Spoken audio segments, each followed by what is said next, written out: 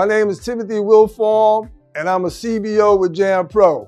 My son was a CBO with Jam Pro. I was in the trucking industry, driving tractor and trailers, and talking general conversation with my son. I said, man, why don't you come on over here to Jam Pro, check it out, see what you think, you know? So I said, yeah, I'll give it a try. So I got started in 2016. Everything's going well. I mean, I'm good. You know, it was mostly freedom, I think, just being able to be flexible. In the trucking industry, we were doing 10, 12, 14 hours a day. So I just kind of got tired of that. So I think the freedom, one of the things I'm gonna say about Jam Pro, I've always liked the professionalism in the people. That kind of stands out. There's a lot of positive energy there, you know, and I saw that. You gotta maintain a good relationship with the manager, who's ever over that account watching you. You gotta establish that rapport. And when you see them, are they happy?